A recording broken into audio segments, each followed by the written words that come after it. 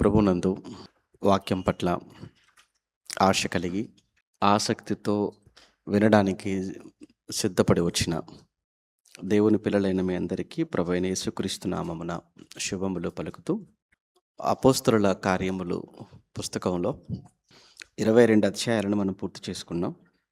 ఈరోజు 23వ అధ్యాయాన్ని మనం మాట్లాడుకోవాలి. ఈ అపోస్తల కార్యములు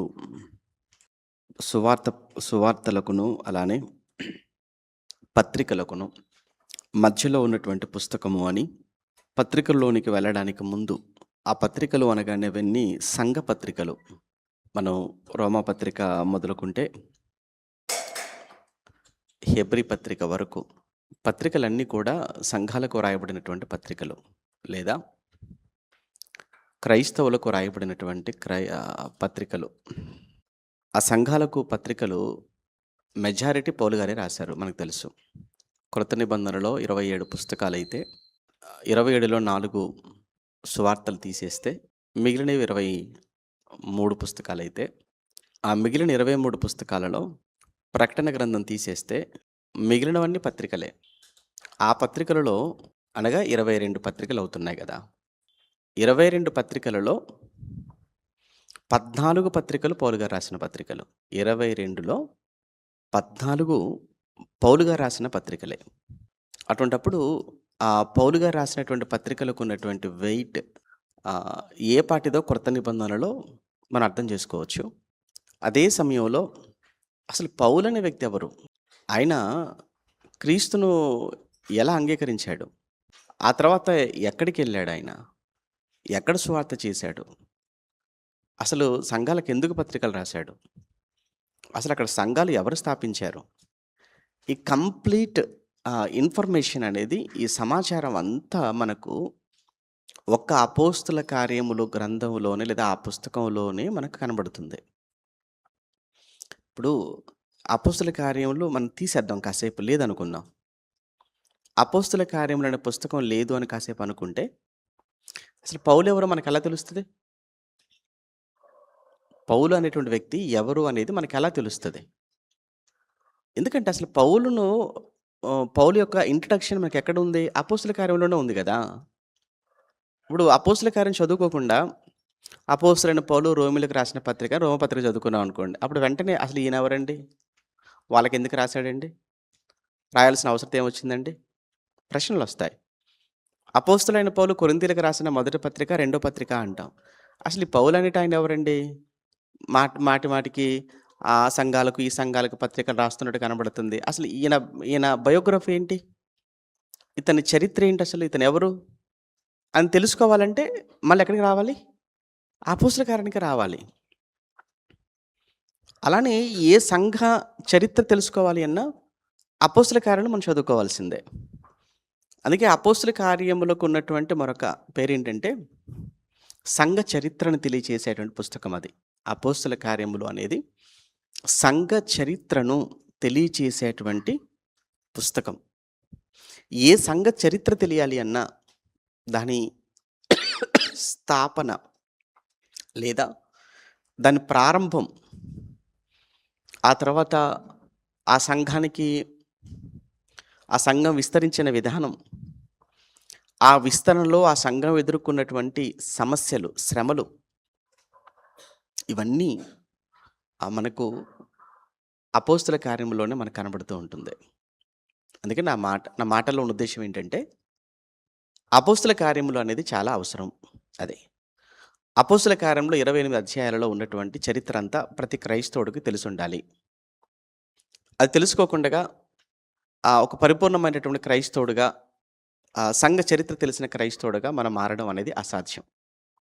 అందును బట్టే అపోస్తల కార్యములు ప్రారంభ పరిచయం అనేది ఎప్పుడో మాట్లాడడం కానీ లాక్డౌన్లో, మరలా తర్వాత కాలంలో ఖచ్చితంగా 28 అధ్యాయాలలో ఒక్కొక్క అధ్యాయం పైన సాధ్యమైనంత వరకు ఒక అవగాహన కలిగించాలి అన్న ఆలోచనే ఈ విధమైన ఎపిసోడ్స్ మాట్లాడడానికి కారణమైంది. ఇందులో 22 అధ్యాయాలు మాట్లాడేశాము. గత రాత్రి మనం మాట్లాడుకున్న 22వ అధ్యాయం. ఈ 22వ అధ్యాయం అంతా రాత్రి మనం మాట్లాడుకున్నట్లు ఆయన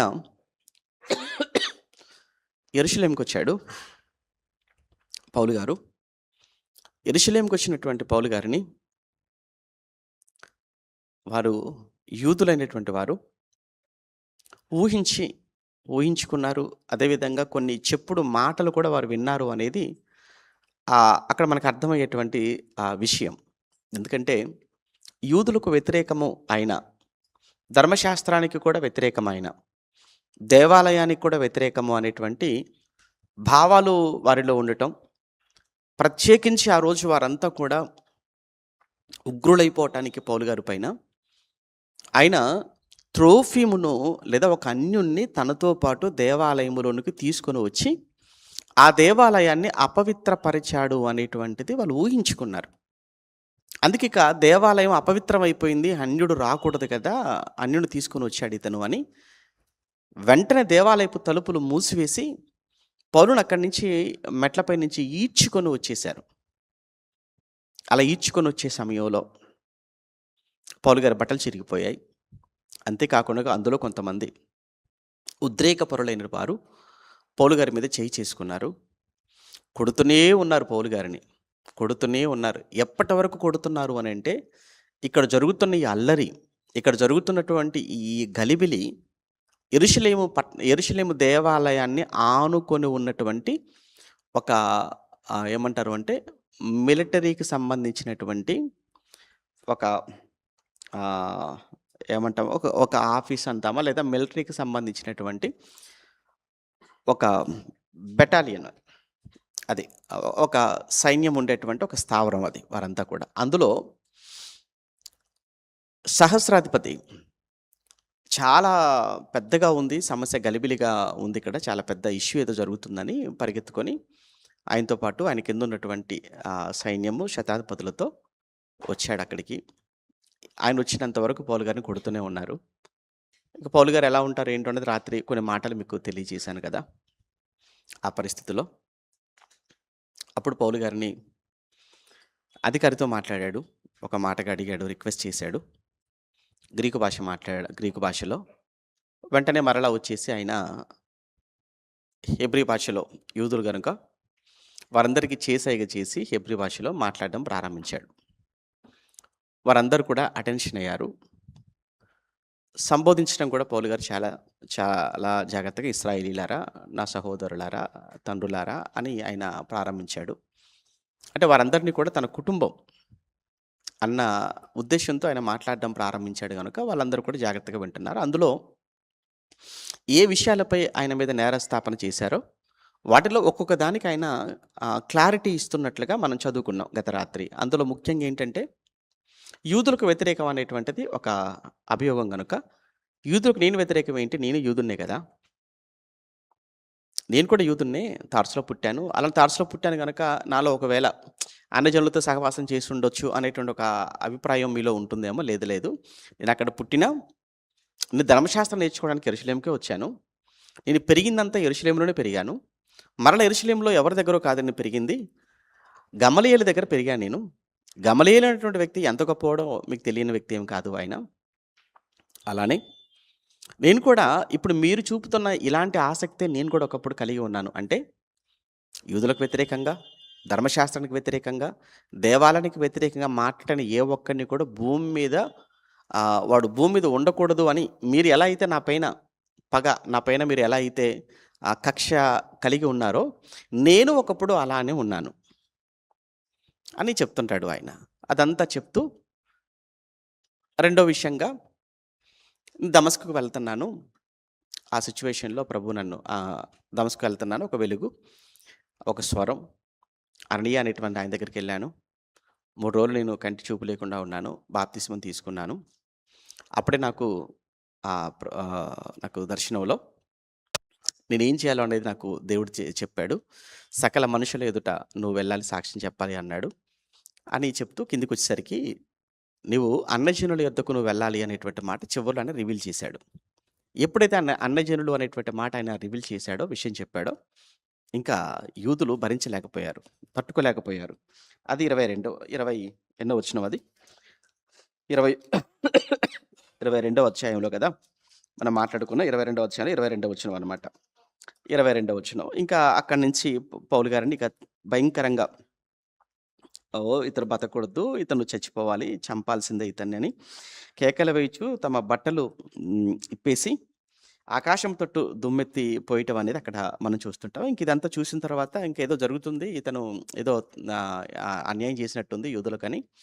సరే ఏదైనా ముందు ఇతన్ని ఇక్కడి నుంచి తీసుకొనెళ్ళిపోయి అసలు ఇతను ఎవరు ఏంటో విచారించాలి అని వాళ్ళదైన పద్ధతిలో, వాళ్ళ స్టైల్‌లో సైనికులు వాళ్ళ స్టైల్‌లో అతన్ని విచారించాలన్న ఉద్దేశ్యంతో అతన్ని తీసుకొని వెళ్ళి ఆహ్, వారులతో అతన్ని కట్టేసి కొరడాలతో కొడితే అసలు విషయం బయటకొస్తుంది అని అనుకున్నాడు సహస్రాధిపతి.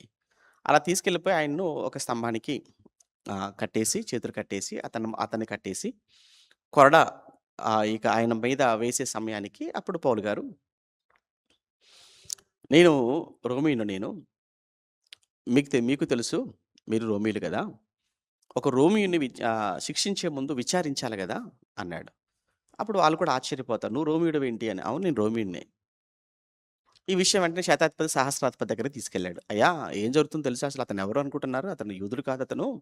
అతను ఒక రోమియోడంట" అనగానే సహస్రాధిపతి పరిగెత్తుకొనొచ్చాడు. వచ్చిన ఆయన అంటున్నాడు, "ఏంటి నువ్వు రోమియోడివా? నీకు రోమ పౌరసత్వం ఉందా? నీకెలా వచ్చింది ఆ పౌరసత్వం? నేనైతే బోలెడంత డబ్బు పెట్టాను ఆ పౌరసత్వం కోసం. చాలా డబ్బిచ్చి కొనుక్కున్నాను. నీకెలా వచ్చిందని" ఆశ్చర్యంగా అడిగాడు సహస్రాధిపతి. అప్పుడు ఆయనన్నాడు, "నువ్వు కొనుక్కుంటే వచ్చిందేమో, నాకు పుట్టుకతో వచ్చింది సార్" అన్నాడాయన. అంటే నాకు పుట్టుకతో వచ్చిందనేటప్పటికి ఇంకా చాలా భయపడిపోతాడతను. అది రాత్రి మనం చదువుకున్నటువంటి విషయం.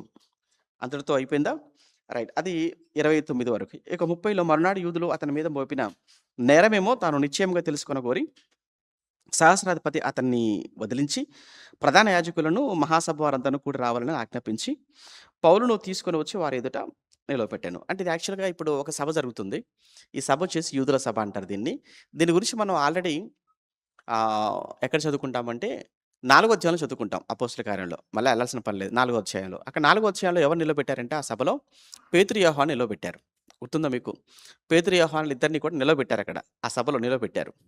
4 అధ్యాయం తర్వాత 7 అధ్యాయంలో కూడా స్టెఫెను గారిని కూడా ఆ సభలో నిలబెడతారు.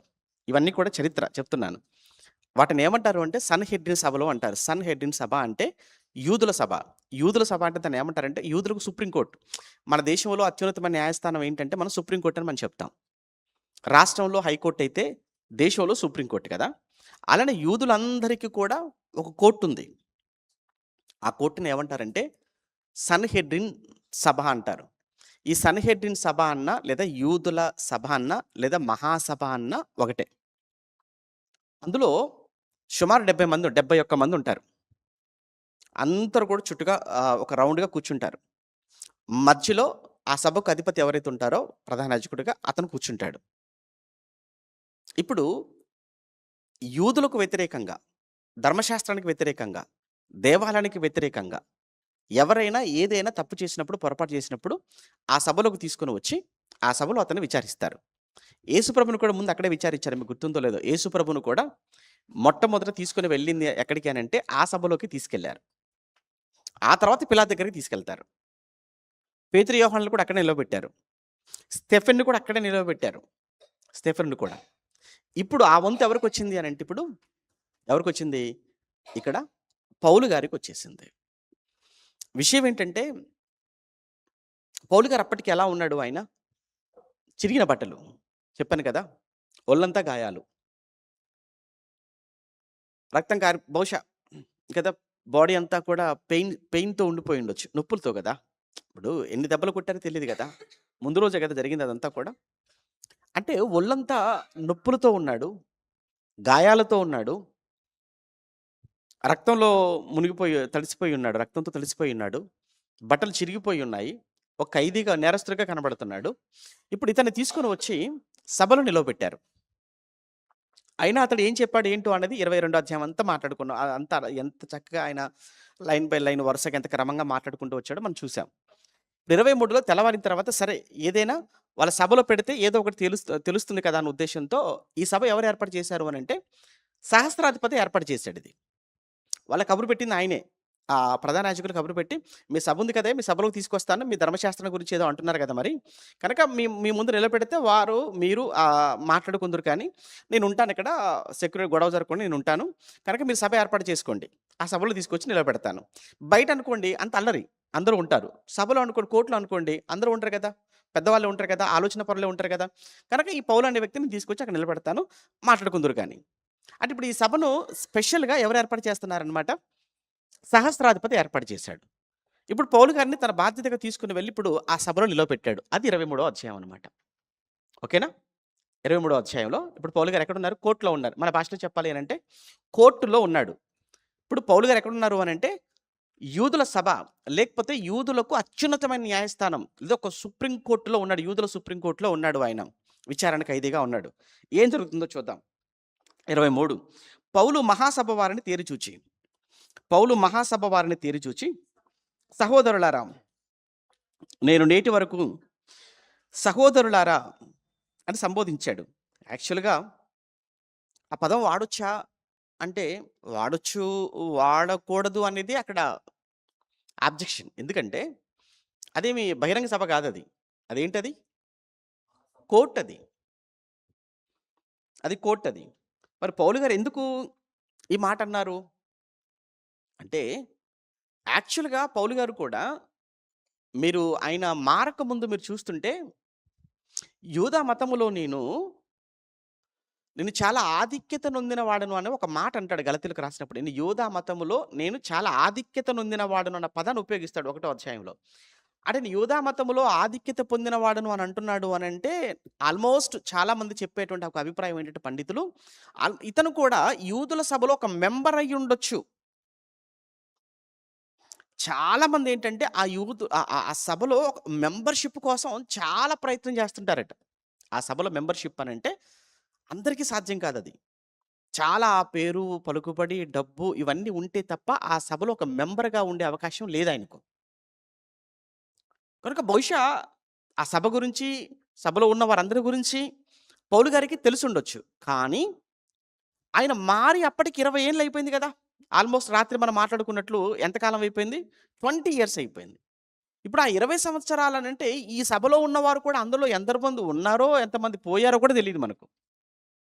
సరే ఏదైనా ఆయన ఎందుకిక్కడ సహోదరులారా అనేటువంటి మాట అన్నాడా అన్నది కాసేపు మనం ఇంక దాన్ని వదిలేద్దాం. సరే ఏదైనా చూద్దాం. నేను నేటి వరకు నేను నేటి వరకు కేవలము మంచి మనస్సాక్షి కలిగిన వాడనై దేవుని ఎదుట నడుచుకొంటిని అని చెప్పాడు. అదండి. ఇక్కడ విషయం ఏంటంటే, ఏవంటే నేను నా మనస్సాక్షి బట్టి నేను చెప్తున్నాను. నేను మంచి మనస్సాక్షి గలవాడనే దేవుని ఎదుట నేను నడుచుకున్నాను ఈ రోజు వరకు కూడా. అంటే నేను మీకు వ్యతిరేకంగా గానీ, ధర్మశాస్త్రానికి వ్యతిరేకంగా గానీ, దేవాలయానికి వ్యతిరేకంగా గానీ నేనేమీ కూడా చేయలేదు. నేను నడుచుకోలేదు. అది నా మనస్సాక్షికి తెలుసు. ఇక్కడ విషయం ఏంటంటే కొన్ని కొన్ని నిరూపించలేం మనం. కొన్ని విషయాలను మనం నిరూపించలేం. మరది ఎలా? అది మన మనస్సాక్షి. మనం దేవుని ఎదుట మనం ఎలా ఉన్నాము, మన దేవుని ఎదుట మనం ఏంటనేది అది మనకు, దేవునికి మన మనస్సాక్షి. అంతే. మీరొక మాట అన్నారు. అప్పుడు మనం అంటాం. నేను నిజంగానండి నా ఉద్దేశ్యంతో నేను అనలేదండి. లేదండి మీరు అన్నారు కదండీ! అన్నది రైటేనండి. కానీ నా మనసులో నేను ఆ ఉద్దేశ్యంతో అనలేదు. దీన్ని మీరు ఎలా నిరూపిస్తారు చెప్పండి ఎగ్జాంపుల్‌గా? దీన్ని మీరు నిరూపించగలరా? ఒక మాట అన్నాం మనం. ఆ మాట అవతల వారికి తప్పుగానే వినబడుతుందది. ఆ మాట తప్పే అది. కానీ ఆ మాట తప్పైనప్పటికి కూడా నువ్వు తప్పుడు ఉద్దేశ్యంతో వాడిని బాధ పెట్టాలనో, లేకపోతే ఇంకేదో క్రిటిసైజ్ చేయాలని నువ్వు అనలేదు ఆ మాట. కానీ అది విన్న వాళ్ళందరికీ కూడా ఎలా ఎలా ఎలా కన్వే అవుతుందది? తప్పుడుగానే అవుతుంది. అప్పుడు మనం ఒకటే అంటాం. ఏవండీ నేను ఏ ఉద్దేశ్యంతో అన్నానో, ఏ ఆలోచనతో అన్నానో నేను నిరూపించుకునేటువంటి ప్రయత్నం చేయలేను. నిరూపించుకోవడం నా వల్ల అవ్వదింక అదంతే. అంతే కదా! నిరూపించుకోలేను నేను. మరింకప్పుడేంటి ఎవరిని పెట్టాలప్పుడు? దేవుడిని పెట్టాలి. ఎందుకంటే నేను ఏ ఉద్దేశ్యంతో అన్నానో, నా మనసులో ఉన్నదేంటో అది ఆయనకే తెలుసు. మీరొకటి చేశారు. అది మీరు ఉద్దేశపూర్వకంగా చేయలేదది. చేసిన ఒక మంచి ఉద్దేశ్యంతోనే మీరు చేసుండొచ్చు. మీరు ఉద్దేశపూర్వకంగా చేయకపోయినా, లేదా ఒక మంచి ఉద్దేశ్యంతో చేసినా, అది వినేవారికి, చూసేవారికి అది ఎలా ఉంది అనంటే తప్పుడు ఉద్దేశ్యం, తప్పుడుగానే కనబడుతుంది. ఆ పని కావచ్చు, ఆ చేసింది కావచ్చు. ఇప్పుడు దాన్ని మీరు ఎలా నిరూపించుకోగలరు? ఎలా నిరూపించుకోగలరు చెప్పండి? అప్పుడు ఒకటే అంటారు. నా మనస్సాక్షితో చెప్తున్నాను. దేవుని ఎదుట నా మనస్సాక్షి. ఇంకంతే. నాకు దేవునికి సంబంధించిన విషయం ఇది. నేను నిరూపించలేను. మీకు చూడటానికి అది తప్పే. కానీ నా మనస్సు ఒకటుంది కదా! నా మనస్సాక్షి అనేది ఒకటుంది కదా! అది నాకు దేవునికి తెలుసు కదా అది. కనుక నేను దేవుని ఎదుటని చెబుతున్నాను. నేను తప్పుడు ఉద్దేశ్యంతో నేను చూడలేదు. తప్పుడు ఉద్దేశ్యంతో చేయలేదు. తప్పుడు ఉద్దేశ్యంతో అనలేదు. దానికి నా మనస్సాక్షి దేవుని ఎదుట. సేమ్ ఇక్కడ కూడా పౌలు గారు అదే మాట్లాడాల్సిన పరిస్థితి వచ్చింది చూసారా? మనస్సాక్షిని పెట్టుకొని మాట్లాడుతున్నాడు. సాక్ష్యం లేదు మరి దానికి. సాక్ష్యం లేదు. వాళ్ళు చెబితే వినేటట్టుగా లేరు. మరింక అప్పుడు ఏం చేయాలి ఆయన? చూద్దాం. నేను దేవుని ఎదుట నా మనస్సాక్షి కలిగిన వాడనై దేవునిది నడుచుకుంటున్నానని చెప్పాను. అందుకు ప్రధాన యాజకుడైన అననీయ అతని నోటి మీద కొట్టుడని దగ్గర నిలిచున్న వారికి ఆజ్ఞాపించగా. అటు చూసావా ఏం మాట్లాడుతున్నాడో? అంటే ఎలా ఉందనంటే ఈ ప్రధాన యాజకుడు ఎలా ఉంది? అన్నదంతా అనేసాడు, చేసేంత చేసేసాడు. ఇప్పుడేమో దేవుని ఎదుట మంచి మనస్సాక్షి కలిగిన వాడని చెప్పుకుంటున్నాడు. వాడు ముందు వాడి నోటి మీద కొట్టండి అనేసాడు. కొంతమంది అలానే మాట్లాడతారు. ఏయ్! అన్నావు గదా! ఇంక నువ్వే ఉద్దేశం ఏమన్నా మాకు అవసరమా? నువ్వు అన్నావా లేదా? కొట్టండి వాడిని. అంతే ఉంటాయి. మనం ఏం చెప్పలేం ఇంక అక్కడ. మనం ఏం మాట్లాడలేం. ఎవరట ఇతను? ప్రధాన యాజకుడు. అందుకు ప్రధాన యాజకుడైన అననీయ అతని నోటి మీద కొట్టుడి అని దగ్గర నిలిచి ఉన్న వారికి ఆజ్ఞాపించగా, పౌలు అతనిని చూచి, సున్నము కొట్టిన గోడ దేవుడు నిన్ను కొట్టును అన్నాడు. అతని వెంటనే ఏమన్నాడు పౌలు గారు? సున్నం కొట్టిన గోడ అనేసాడు. ఏంటి సున్నం కొట్టిన గోడ అంటే ఏంటి? సున్నం కొట్టిన గోడని ఎందుకు అంటున్నాడు? సున్నం కొట్టిన గోడ ఎలా ఉంటుంది అనంటే, బయటికి చూడటానికి చాలా తెల్లగా కనబడుతుంది. కానీ లోపల ఎన్నో క్రాక్స్ ఉంటాయి. అవి కనబడవు. అంతే కదా! పెయింట్ వేయగానే చక్కగా అందంగా కనబడుతుంటదండి. కానీ పెయింట్ ఏయగానే చక్కగా అందంగా కనబడుతున్నంత మాత్రాన గోడలేవో బలంగా ఉన్నాయి, స్ట్రాంగ్‌గా ఉన్నాయి, లోపల బాగున్నాయి అనేటువంటిది కాదది. లోపలవి చాలా బలహీనమైపోయి ఉండొచ్చు. లోపల అది శిథిలానికి వచ్చి ఉండొచ్చు. కానీ బయటికి మాత్రం రంగులేశారు అంతే. సున్నం కొట్టిన గోడ అనగానే సేమ్ అననీయ గురించి కూడా అప్పటికి ఉన్నటువంటి ఒక టాక్ ఏంటంటే, వాడు ఒక తిండిబోతు, వాడు ఒక త్రాగుబోతు వాడు. అననీయ అనేటువంటి వాడు. ఆ రోజుల్లో రోమా ప్రభుత్వంతో లాలుచిపడి, రోమా ప్రభుత్వంతో చేతులు కలుపుకొని, ఆ ప్రధాన యాజకత్వం అనేటువంటి ఆ పోస్టు, ఆ జాబ్ తెచ్చుకున్నాడు. ఇప్పుడు కూడా మీరు చూడండి. ఇప్పుడు మనకు తిరుపతిలో చాలా పెద్ద దేవాలయం. అందులో ప్రధానమైనటువంటి వాళ్ళని ఏమంటారు? అర్చకులు అంటారు, ఏమంటారు? వాడిని పెట్టడం, తీసేయటం కూడా ఎవరి చేతిలో ఉంటదో తెలుసా? ప్రభుత్వం. కొన్ని కొన్ని దేవాలయాలు ఎవరి చేతిలో ఉంటాయి? ప్రభుత్వం చేతిలో ఉంటాయి. దానికి ఎవరు హెడ్‌ని పెట్టాలో తీసేయాలో ఎవరు నిర్ణయిస్తారు? ప్రభుత్వం. అంటే వీళ్ళు ప్రభుత్వానికి ఎవరు అనుకూలంగా ఉంటారో, ఫేవర్‌గా ఉంటారో ఆళ్ళు. సేమ్ ఇక్కడ కూడా ఆ రోజు యెరూషలేము దేవాలయంలో ప్రధాన యాజకత్వం అనేది కూడా ఏంటంటే అలా ఉందన్నమాట. వాడి గురించినటువంటి మంచి సాక్ష్యం లేదు. పౌలు గారికి తెలుసు. వినే ఉండొచ్చు. అయితే ఇక్కడ ఒకటి. యాక్చువల్‌గా అతను ప్రధాన యాజకుడని పౌలు గారికి తెలుసా అంటే తెలీదు. తెలీదు. కిందకెళ్ళేసరికి తెలీదని చెప్పేస్తాడు ఆయన. కానీ మరి సున్నం కొట్టిన గోడని ఎందుకన్నాడు? అంటే ఇక్కడ 2 విధాల వెర్షన్స్ ఉన్నాయి. ఒకటేంటంటే తెలుసు అనేది ఒకటి. ఇంకోటి తెలియదు అని. తెలీదు అనేది ఎందుకంటే ఆయన కిందకెళ్ళేటప్పుడు చూడండి. పౌలు గారు అంటారు. పౌలు అతన్ని చూసి సున్నం కొట్టిన గోడ అనగానే నీవు ధర్మశాస్త్రం చొప్పున నన్ను విమర్శింప కూర్చుండి ధర్మశాస్త్రం విరోధంగా నన్ను కొట్టని ఆజ్ఞాపించినవారు దగ్గర నిలిచినవారు నువ్వు దేవుని ప్రధాన యాజకుడు దూషించిన అందుకు పౌలు అంటాడు, సహోదరులారా ఇతడు ప్రధాన యాజకుడని నాకు తెలియదు. బహుశా సున్నం కొట్టిన గోడ అనేటువంటి మాట ఎందుకు అనుండొచ్చు అంటే, అతను ప్రధాన యాజకుడు అని తెలిసన్నాడా అంటే, తెలియకనే అనుండొచ్చు. కారణం ఏంటంటే, పౌలు గారికి ధర్మశాస్త్రం తెలుసు. ఆ ధర్మశాస్త్రంలో ఒక మాట ఉంది ఏంటంటే, ప్రజల అధికారిని నువ్వు శపించవద్దు. ప్రజల అధికారిని నువ్వు దూషించవద్దు అని ఒక మాట ఉంది. అలా పౌలు గారికి తెలుసు. పౌలుకి తెలిసిన తర్వాత అతను దూషిస్తాడంటే దూషించే అవకాశం లేదు. ఎందుకంటే ధర్మశాస్త్రం వ్యతిరేకంగా ఆయన గౌరవిస్తాడు. ఇప్పుడు మనిషి ఎలాంటి వాడైనా గానీ, మనిషికున్న స్థానం గొప్పది కదా! ఆ స్థాయి మనం ఏంటంటే అక్కడ మనిషి ఎలాంటి వాడైనా గానీ, మనిషి కూర్చున్నటువంటి కుర్చీ ఉంది చూసారా? ఆ అధికారం, ఆ స్థాయి. దాన్ని బట్టి అతన్ని గౌరవిస్తుంటారు. ఇక్కడ కూడా ఇతను ఎలాంటి వాడైనా కావచ్చు. ఎవరు? అననీయ. కానీ ఇతను కూర్చున్నటువంటి కుర్చీ ఏదైతే ఉందో దాన్ని బట్టి అతను గౌరవించవలసిందే. కానీ పౌలు గారు ఆ మాట అన్నాడు అనంటే 100% ఏంటంటే ఇక్కడ అతని ప్రధాన యాజకుడని బహుశా పౌలు గారికి తెలిసుండకపోవచ్చు. మరి సున్నం కొట్టిన గోడని ఎందుకన్నాడు అంటే ఆల్మోస్ట్ అక్కడ వాళ్ళంతా కూడా మీకో మాట చెప్పాను చూసారా?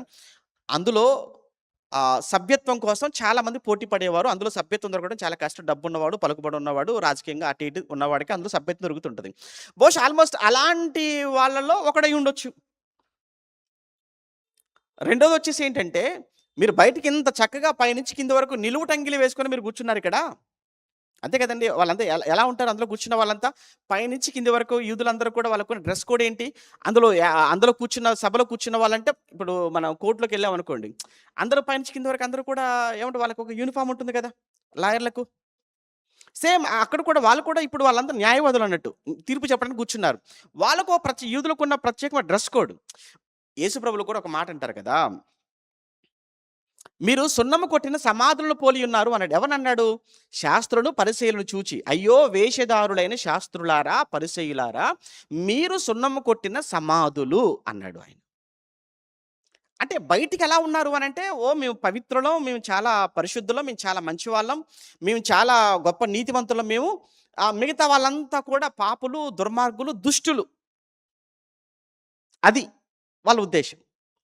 బహుశా దాన్ని మనసులో పెట్టుకుని పౌలు గారు, నేను ఏ తప్పు చేయకపోయినా ఎందుకు నేను చెప్పాను కదా! నా మనస్సాక్షితో చెప్తున్నాను కదా నేను. అంటే కూడా అతని నోటి మీద కొట్టండి అని అన్నాడు అనంటే, అసలు కొట్టండి అనే మాట అసలు అనొచ్చా? ఎందుకంటే తీర్పు ఇంకా అవ్వలేదు కదా! ఇప్పుడు ఇద్దరు ముగ్గురు సాక్షుల చేత ఒక నేరం ఏమవ్వాలి ధర్మశాస్త్ర ప్రకారంగా? స్థిరపరచబడాలి. ఇప్పుడు పౌలు గారు నేరం చేశాడంటానికి రుజువు చేయబడలేదు. రుజువు లేదు. అయినా ఏమంటున్నాడు అనంటే, కొట్టండి అని ఎప్పుడైతే అవతల వ్యక్తి నుంచి ఆ మాట వచ్చిందో దానికి స్పందనగా పౌలు గారు ఈ మాట అన్నారు. ఈ మాట అనటానికి యాక్చువల్‌గా అతను యాజకుడు అనేటువంటి సంగతి తెలీదు. ఎందుకంటే యాజకుడైతే అలా మాట్లాడకూడదు. ఇక్కడ లాజిక్ ఏంటంటే, ఒకవేళ నిజంగా అతను ప్రధాన యాజకుడు అయ్యుంటే, ప్రధాన యాజకుడు అలా కొట్టండి అన్న మాట అసలు అనకూడదు. అన్నాడు అంటే అతను యాజకుడు కాదు. అందుకు పౌలు గారు యాజకుడైతే ఇలా మాట్లాడాడు కదా! ప్రధాన యాజకుడైతే. పూర్తిగా వినాలి కదా! పూర్వపురాలన్నీ పరిశీలించాలి కదా! ఇవన్నీ వినకుండగా ఆలోచించకుండా కొట్టండి అని అంటే వీడు కాదు, యాజకుడు కాదు. అందుకే సున్నం కొట్టిన గోడ అని మాట్లాడేశాడు. ఇంకొంతమంది ఏమంటారంటే రెండోది, ఒకవేళ అతను యాజకుడు అయ్యున్నా అదేంటండి అతను అక్కడ 71 మంది ఉన్నారక్కడ. వాళ్ళలో అతను ప్రత్యేకమైన డ్రెస్‌లో ఉంటాడు కదా ప్రధాన యాజకుడు. అతను పౌలు గారు గుర్తుపట్టకపోవడానికి కారణం ఏంటండి? లేదండి కావాలని అంటే ఇక్కడ చెప్పేటువంటి ఇంకో రీజన్ ఏంటంటే, ఆల్మోస్ట్ పౌలు గారికి కాస్త కంటి చూపు ప్రాబ్లమ్ కూడా ఉండొచ్చు అనేది కొంతమంది చెప్పేది. దానికి కూడా బిబ్లికల్‌గా ఏంటంటే కొన్ని ఆధారాలు కనబడుతుంటాయి మనకు. ఎస్పెషల్లీ గలతీ పత్రికలో మనం చదువుతున్నప్పుడు ఏమంటాడు అంటే ఆయన, శక్యమైతే మీ కన్ను కూడా మీరు నాకు తీసి మీరు ఇవ్వగలరు అనేటువంటి నమ్మకం నాకుంది మీ పైన అని గలతీలకు రాస్తూ మాట్లాడుతుంటారు. తెలుసు కదా ఆ పత్రిక. నేను మొట్టమొదటి మీ దగ్గరికి వచ్చినప్పుడు శరీర దౌర్బల్యం కలిగి నేను మీ దగ్గరికి వచ్చాను. అలా శరీర దౌర్బల్యం కలిగి నేను మీ మధ్యకు వచ్చినప్పుడు మీరు నా పట్ల చూపించినటువంటి ప్రేమ చాలా గొప్పది. ఎంత ప్రేమ చూపించారు అనంటే, ఇదిగో కన్ను కూడా మీరు ఊడబీకి నాకు ఇవ్వటానికి సిద్ధపడిపోయారు. మిగతా అవయవాల కోసం మాట్లాడకుండా కన్నును మాత్రమే తీసి ఇవ్వటానికి నా కోసం మీరు సిద్ధపడిపోయి ఉన్నారు అని అంటున్నాడు అంటే, బహుశా ఆయనకి ఏదో కంటి ప్రాబ్లం అయ్యుండొచ్చు ఒకటి. రెండోది కొట్టేవాళ్ళు ఎంత భయంకరంగా కొట్టారు. ఏమంటే చూసి కొడతారా కొట్టేవాళ్ళు ఏమైనా? లేదుగా దాడి చేసేవారు. బహుశా అలా కూడా ఆయన సరిగ్గా చూసి చూడకనో, గుర్తుపట్టకనో ఆ మాట అనుండొచ్చు అనేవి కూడా కొన్నున్నాయి. కానీ ఇక్కడ పౌలు గారైతే ఇక్కడ డైరెక్ట్‌గా ఆయన ఏమన్నాడు అనంటే, నాకు ఆయన అధికారం తెలీదు అనే మాట అయితే ఆయన ఒప్పుకున్నాడు అక్కడ. ఎన్నో వచనం అది? 5 అందుకు పౌలు సహోదరులారా, ఇతడు ప్రధాన యాజకుడు నాకు తెలియలేదు. అందుకే నీ ప్రజల అధికారం నిందించవద్దు అని వ్రాయబడి ఉన్నది అని పౌలు గారు చెప్తున్నారు. నిజమే కదా! నాకు తెలియక నేను అన్నాను తప్ప నాకు అతను తెలిసి నేను అనలేదు. ఎందుకంటే నేను ధర్మశాస్త్రాన్ని పాటించేవాడిని నేను. ఆ ధర్మశాస్త్ర నిర్గమకాండంలో 22వ అధ్యాయంలో 28వ వచనంలో ఉన్న మాట పౌలు గారు కోట్ చేస్తున్నాడు. నిర్గమకాండం 22వ అధ్యాయం 28లో ఏమని రాయబడిందనంటే, నీ ప్రజల అధికారిని నువ్వు శపించవద్దు, నీ ప్రజల అధికారిని నువ్వు దూషించవద్దు అని పౌలు గారు అక్కడున్న మాటను, అయ్యో ఇతను నాకు తెలియదండి ఇతను అధికారి అని, అందుకని నేను మాట అన్నానండి. నాకు ధర్మశాస్త్రం నాకు తెలుసండి, నేను తెలిసి నేను ఎలా అండి అతను నేను దూషిస్తాను? కాబట్టి అతని అధికారం నాకు తెలియక నేను అన్నానండి అని పౌలు గారు మళ్ళీ వెంటనే దానికి ఎక్స్ప్లెనేషన్ ఇచ్చినట్టుగా ఇక్కడ మనం చదువుకుంటున్నాం అనమాట. ఎన్నో వచనం 5 అయిపోయింది. నెక్స్ట్ 6. హ్మ్.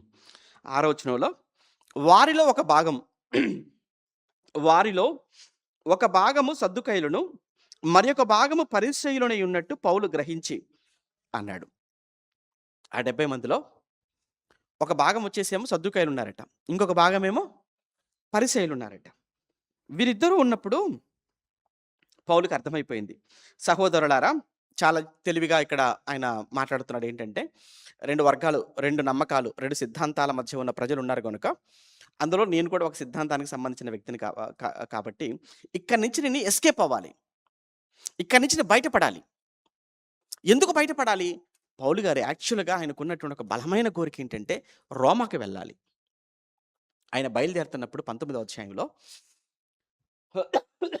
ఆయన ఏమని బయలుదేరుతున్నాడంటే, నేను రోమాకెళ్ళాలి. రోమాలో అక్కడ కూడా నేను సాక్ష్యం చెప్పాలి. ప్రభుని గురించి సాక్ష్యం ఇవ్వాలి. అది ఆయన అల్టిమేట్ టార్గెట్. కానీ ఈలోపు జరుగుతున్న ఈ కుట్రలు, జరుగుతున్న దాడులు, వీళ్ళ చేతిలో పడితే చచ్చిపోతాను, చంపేస్తారు. నేను రోమాకి వెళ్ళాలన్న నా కోరిక నెరవేరదేమో. కాబట్టి ఇప్పుడున్న ప్రతి అవకాశాన్ని నేను వాడుకొని ఎలా బయటపడాలి అనేది ఆయన ఇంటెన్షన్. కానీ ఎప్పుడైతే ఇక్కడ 2 వర్గాలు ఉన్నారని పౌలు గారికి తెలిసిపోయిందో, అప్పుడు పౌలు గారు, సహోదరులారా, నేను పరిసేయుడును. నిజమే, పౌలు గారు పరిసేయుడే, అందులో ఏ విధమైన అనుమానము లేదు. నేను పరిసేయుడును, అలానే పరిసయ్యుల సంతతి వాడను. అయితే పరిసయ్యులకు నిరీక్షణ ఏంటంటే, మనకున్న నిరీక్షణను గూర్చియు మృతుల పునరుత్థానమును గూర్చియు నేను విమర్శింపబడుచున్నానని సభలో బిగ్గరగా చెప్పాను. ఇప్పుడు వీళ్ళు నన్ను పట్టుకోవడానికి గల కారణం ఏంటి? నేను యేసు పునరుత్థానం గురించి మాట్లాడుతున్నాను. సరే, అక్కడ యేసు ప్రభు అనేది తర్వాత కాసేపు ఆయన సైలెంట్ చేసినా, మనకందరికి, యూదులకు మనందరికి ఒక నిరీక్షణ ఉంది. ఒకటి. రెండోది వచ్చేసి మనమందరం పునరుత్థానాన్ని నమ్ముతున్నాం. యూదులుగా మనం పునరుత్థానాన్ని నమ్ముతున్నాం, పరిసయ్యులుగా. కానీ సద్దుకైయులను చూసారా? సద్దుకైయులకు ఏ విధమైన నిరీక్షణ లేదు. సద్దుకైయులకు రెండోది వచ్చేసి ఏంటంటే, వాళ్ళు అసలు పునరుత్థానాన్ని నమ్మరు. వాళ్ళు యేసుప్రభు కాలంలో కూడా యేసుప్రభు దగ్గరికి ఒక విచిత్రమైన సమస్య తీసుకొచ్చారు. యాక్చువల్లీ వాళ్ళే ఒక స్టోరీ అల్లారు. అదే జరిగిందని కాదు, యేసుప్రభుని ఇరకాటంలో పెట్టడానికి, పునరుత్థానం లేదని యేసుప్రభు చేత చెప్పించటానికి ఒక స్టోరీ అల్లారు. ప్రభువా, యేసు నువ్వేదో పునరుత్థానం ఉందని చెప్తున్నావు, చచ్చిపోయిన వాళ్ళు మళ్ళీ తిరిగి లేస్తారని చెప్తున్నావు కదా, దాన్ని మేము నమ్మాలి అని అంటే మాకున్న ఒక డౌట్ను క్లారిఫై చేయాలి. ఏంటో చెప్పండి అని అన్నప్పుడు, ఇదిగో ఒక మనిషి ఉన్నాడు, ఒక భార్య భర్త ఇద్దరు ఉన్నారు. ఇప్పుడు భర్త చచ్చిపోయాడు, భార్య బ్రతికే ఉంది. ఇప్పుడు ఇతను చనిపోయిన తర్వాత ఆవిడ ఏం చేసిందనంటే, మళ్ళీ ఇంకొక ఆయన పెళ్లి చేసుకుంది, రెండో వాడిని. ఆడు చచ్చిపోయాడు, మూడో వాడిని చేసుకుంది. ఆడు చచ్చిపోయాడు. ఇలా ఒక్కతే 7గురికి ఆవిడ భార్యగా ఉంది. ఇప్పుడు పునరుత్థానం మందు చనిపోయిన వారందరూ లేస్తారంటున్నావు కదా, మరి చనిపోయినప్పుడు తిరిగి లేచినప్పుడు ఈవిడ 7గురిలో ఎవరికి భార్య అవుతుంది? భూమి మీద ఉన్నప్పుడు అంటే ఒకరి తర్వాత ఒకరు కనుక పర్వాలేదు. మరి తిరిగి లేచినప్పుడు 7గురు ఉంటారు అక్కడ, ప్లస్ ఈవిడ కూడా ఉంటుంది. ఇప్పుడు ఈవిడ ఎవరి దగ్గరికి వెళ్ళాలి? ఈవిడ ఎవరితో కాపురం చేయాలి అన్నట్లుగా వాళ్ళు ఆలోచించి యేసుప్రభు ముందు ఏదో చిక్కు సమస్య తీసుకొచ్చి పెట్టాము అన్నట్లుగా వాళ్ళు ఫీల్ అయిపోయారు. ఎందుకంటే హాఫ్ నాలెడ్జ్ కాబట్టి. అటు ఇటు కానులు కనుక సద్దుకైయులు. ప్రభుకి ఏం తెలుసు? ప్రభుకు పునరుత్థానం గురించి తెలుసు. ఆయన పరలోకం ఎలా ఉంటుందో, పరలోకం నుంచి వచ్చినవాడు కనుక పరలోకం ఎలా ఉంటుందో కూడా తెలిసినవాడు. ఆయన ముందు ఎలా నడుస్తాయి ఇలాంటివన్నీ? అప్పుడు ఆయన చాలా చక్కగా వివరణ ఇచ్చేశాడు. పునరుత్థానమందు ఏమంటారు అంటే, అక్కడికి వెళ్ళి పునరుత్థానంలో పెళ్ళిళ్ళు చేసుకోవటాలు, పెళ్ళికి ఇవ్వబట్టాలు ఇవన్నీ ఏమి ఉండవు. పరలోకంలో దేవదూతలు ఎలా ఉంటారో అలా ఉంటారు. ఒకవేళ పెళ్ళిళ్ళు అవి ఇవి ఉంటాయే, అక్కడ కూడా ఉండాలి పరలోకంలో. మరి పరలోకంలో దేవదూతల మధ్య లేని ఆ పెళ్ళిళ్ళు, కాపురాలు అవన్నీ చచ్చిపోయి తిరిగి లేచిన తర్వాత అలా ఆత్మలుగా ఉంటారన్నప్పుడు వీళ్ళకి ఎలా ఉంటాయి అనగానే మాట లేదు. అక్కడ రాయబడిన మీరు లేఖనాలు మీకు సరిగా అర్థం కాలేదు, లేఖనాలు కానీ లేఖనాలలో ఉన్న శక్తి కానీ మీరు గ్రహించలేదు, నన్నేదో ఇబ్బంది పెట్టాలని మీరు ఏదో ఒక స్టోరీ అల్లి తీసుకొచ్చి పెట్టేశారు అని అందరి ముందు పబ్లిక్గా వారు పరువు తీసేశారు సద్దుకైయులది. అక్కడ రాయబడిన మాట ఏంటంటే, సద్దుకైయుల నోరు మూయించాడు అన్న మాట అక్కడ మత్తయి గారు రాస్తారు. సద్దుకైయుల నోరు మూయించబడింది. యేసుప్రభు మూసేశాడు. అంటే యూదుల్లో ఉన్న నమ్మకం ఏంటంటే, పరిసయ్యుల్లో ఉన్న నమ్మకం ఏంటంటే, పునరుత్థానం ఉంది. లేదని నమ్మే వాళ్ళెవరు? సద్దుకయ్యులు. ఇప్పుడు ఈ గుంపు ఉంది చూసారా? ఇప్పుడు ఈ సభ, ఈ ఈ ఈ కోర్టు. ఈ కోర్టులో సగం సద్దుకయ్యులున్నారు, సగం పరిసయ్యులున్నారు. ఇప్పుడు పౌలు గారు వెంటనే ఆయన మనం పునరుత్థానాన్ని నమ్ముతున్న వాళ్ళం గదా మనం. అయితే నా పునరుత్థానం గురించి ప్రకటిస్తున్నందుకే వాళ్ళు భరించలేక నా మీద ఇలా మోపారని చెప్పగానే, అప్పుడు వీళ్ళు ఆలోచనలో పడ్డారు. నిజమే గదా! మనం నమ్ముతున్నదే గదా! ఆ పౌలనే వాడు కూడా నమ్ముతున్నాడు. మన మన నమ్మకమే గదా ఇతనిది కూడా. అయితే ఇప్పుడు వీళ్ళేంటి, అవతల వర్గం ఏంటిది, ఇది కాదు అని చెప్పేసి పౌలు అతన్ని పెడతారా? అతన్ని కాదు అనంటే మనల్ని కూడా కాదన్నట్టే గదా! అతను తిరస్కరించారని, అతని సిద్ధాంతాన్ని తప్పన్నారంటే మన సిద్ధాంతాన్ని కూడా తప్పని వాళ్ళు అంటున్నట్టే గదా! అని మొత్తానికి ఇక్కడ ఏం జరిగింది అనంటే, పౌలు గారు ఈ మాట అనేటప్పటికి పౌలు గారిని పౌలు సైడ్ అయిపోయాడు. ఇప్పుడు వీళ్ళిద్దరు ఈ సగం సగంగా ఉన్నటువంటి వీళ్ళ మధ్య నెమ్మదిగా వార్ స్టార్ట్ అయిపోతుంది. వీళ్ళ మధ్య ఆర్గ్యుమెంట్ స్టార్ట్ అయిపోయాయి. ఎంతవరకు వెళ్ళిపోయారంటే, అసలు ఆ సభలో అసలు పౌలు అనే వ్యక్తిని మర్చిపోయారు.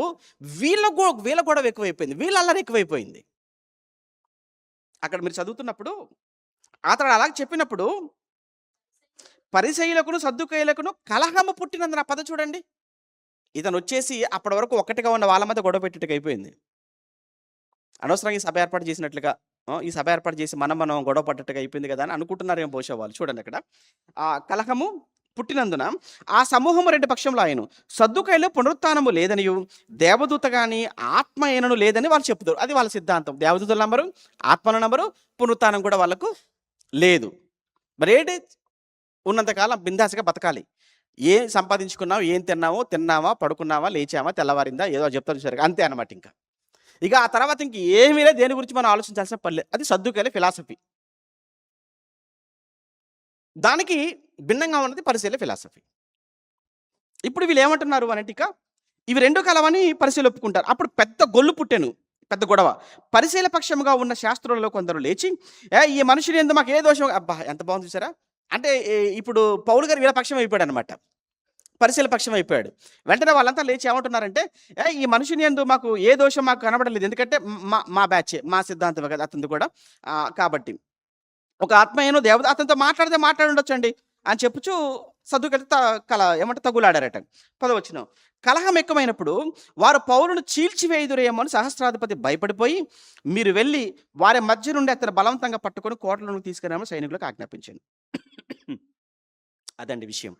ఎందుకంటే ఇక్కడ సహస్రాధిపతి చాలా కేర్‌గా ఉంటాడు. ఇప్పుడు పౌలు గారి విషయంలో చాలా కేరింగ్ తీసుకోవాలి. కారణం ఏంటంటే, ఇప్పుడు అతను రోమా పౌరసత్వం కలిగినవాడు కదా. ఎవరు? పౌలు. పౌలు రోమిడు గనక, రోమా పౌరసత్వం కలిగినవాడు గనక అతనుకి ఏదైనా ఇప్పుడు ఏ చిన్నది జరిగినా గానీ దానికి జవాబుదారీ ఎవరంటే సహస్రాధిపతి. ఇతని ఉద్యోగం ఊడిపోద్ది.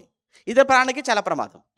అందుకు పౌలును చాలా జాగ్రత్తగా కాపాడుకోవాల్సిన బాధ్యత ఇతనికుంది ఇప్పుడు సహస్రాధిపతికి. అంటే ఎలాంటి ప్రొటెక్షన్‌లో ఉన్నాడు చూడండి పౌలు గారు. కానీ ఇక్కడ బ్యాడ్ లక్ ఏంటంటే, యెరూషలేము పట్టణమే చాలా దురదృష్టమైన పట్టణంగా మారిపోతుంది. కారణం, ఒకప్పుడు ప్రవక్తలను చంపారు, యేసుప్రభుని చంపారు, స్టెఫెనుని చంపారు, యాకోబుని చంపారు. ఇప్పుడు ఎవరిని చంపడానికి రెడీ అవుతున్నారు? పౌలు గారిని కూడా చంపడానికి రెడీ అయిపోతున్నారు. అందుకే ఇక యెరూషలేము యొక్క ప్రాముఖ్యతను దేవుడు చరిత్రలో లేకుండా తీసేస్తానన్నాడు. యెరూషలేము యొక్క ప్రాముఖ్యతను చరిత్రలో లేకుండా తీసేస్తానని చెప్పాడు. అందుకే యేసు ప్రభుతో సమరయ స్త్రీ మాట్లాడుతున్న డిస్కషన్ మనకు తెలుసు కదా. అమ్మ, ఒక కాలం వస్తుంది, ఆ కాలమందు ఈ పర్వతంలోని ఈ స్థలం ఇక దేవుణ్ణి ఆరాధింపరు. ఆరాధన స్థలం మారిపోతుంది ఇక. అప్పటి వరకు ఆరాధన స్థలం అంటే ఎక్కడ? యెరూషలేము. ఇక భవిష్యత్తులో యెరూషలేము అనేది ఏదైతే ఉందో దీనికి ఇక ప్రాముఖ్యత, ప్రాధాన్యత ఇక ఉండదు. ఎందుకు? వాళ్ళు చేసినటువంటి 1, 2 అకృత్యాలు. అందుకే మీరు చూడండి, తర్వాత చరిత్రలో యెరూషలేము మనం క్రీస్తు శకం 70లో చెప్పుకుంటాం కదా. రోమా సైన్యంతో మొత్తం కూడా లూకా గారు చెప్తారు. లూకా సువార్త 21లో యేసుప్రభు చెప్తాడు, యెరూషలేము దండ్ల చేత చుట్టబడుతుంది అని, భయంకరంగా సైన్యం చేత తొక్కబడుతుంది అని, పాలిచ్చు వారికి, గర్భిణులకు శ్రమ అని, మీరందరూ కూడా కొండల్లోనికి పారిపోవాలి అని యేసుప్రభు చెప్తుంటాడు అక్కడ. లూకా సువార్త 21లో చెప్తాడు, మత్తయిలో చెప్తాడు, మార్కులో చెప్తాడు, యెరూషలేము నాశనం కోసం. కారణం ఏంటంటే ఇదే, అంగీకరించట్లేదు వాళ్ళు. యేసును ఒప్పుకోలేదు, ప్రవక్తలు చెప్పింది వినలేదు. చివరికి స్టెఫెన్ ఎంత దారుణంగా రాళ్ళతో కొట్టి చంపేశారు. యాకోబుని ఎంత దారుణంగా ఖడ్గంతో చంపించే విషయంలో ఎంత ఆసక్తి చూపించారు. ఇప్పుడు పౌలు గారు చెప్తున్నా గాని వినటం లేదు. యెరూషలేము మహిమ పోతుందక్కడ. అందుకే ఇప్పుడు మనమంతా యెరూషలేము అనగానే ఇప్పుడు అది కాదు. యెరూషలేము అనగానే ఇప్పుడు మనమే నూతన యెరూషలేము అన్నాడు కదా! ఇప్పుడాయన. మనమంతా కూడా యెరూషలేము అనే సీయోను దగ్గరికి మనమంతా వచ్చాము. ఇప్పుడు ఏది అనంటే యెరూషలేము అంటే ఎక్కడ సంఘం ఉందో అదే యెరూషలేము ఇప్పుడింకా. దేవుని సన్నిధి. ఇప్పుడు మనమంతా ఎక్కడైతే మనం కూడుకున్నామో ఇదే యెరూషలేము. ఎక్కడెక్కడైతే అందరూ కూడా దేవుని నామాన్ని బట్టి ఒక చోట కూడుకుంటున్నారో ఇంకా అదే యెరూషలేము అయిపోయింది. చూద్దాం. ఎన్నో వచనం ఇప్పుడు 11. ఆ రాత్రి ప్రభువు అతని యొద్ద నిలిచుండి, ఇంకా అతన్ని పట్టుకొని కోటలోకి తీసుకెళ్ళిపోయారండి. కోటలోకి తీసుకెళ్ళిపోయేసరికి పౌలు గారు ఆ రాత్రి ఏమని ఆలోచించుకుంటూ ఉండొచ్చు. జనరల్‌గా మనం ఊహించుకుందామండి. పౌలు గారిని ఇంకా బలవంతంగా ఆయన పట్టుకొని తీసుకెళ్ళి ఇప్పుడు అక్కడ గదిలో పెట్టేసారు మరలా. ఆయన ఉంచిన గదిలో పెట్టేశారు. ఆ గదిలో పెట్టేసరికి లైట్లు, ఫ్యాన్‌లు ఇవన్నీ ఉంటాయా? ఏమి ఉండవు కదా! చీకటి. అప్పటికి చినిగిపోయిన బట్టలు, గాయాలతో ఒళ్ళంతా గాయాలతో, రక్తంతో, భయంకరమైన నొప్పులతో, దానికి తోడు జరిగినటువంటి ఈ సిట్యుయేషన్ ఇదంతా కూడా మనసులో గదిలో ఉండి ఇదంతా చీకట్లో జ్ఞాపకం చేసుకుంటున్నప్పుడు పౌలు గారు ఏమనుకొని ఉండొచ్చు? అసలు ఏం జరుగుతుంది? ఏం జరగబోతుంది? నేను అనుకున్నట్టుగా రోమాకి నేను వెళ్ళగలనా? లేదా ఇంతటితో సువార్త ఆగిపోతుందా?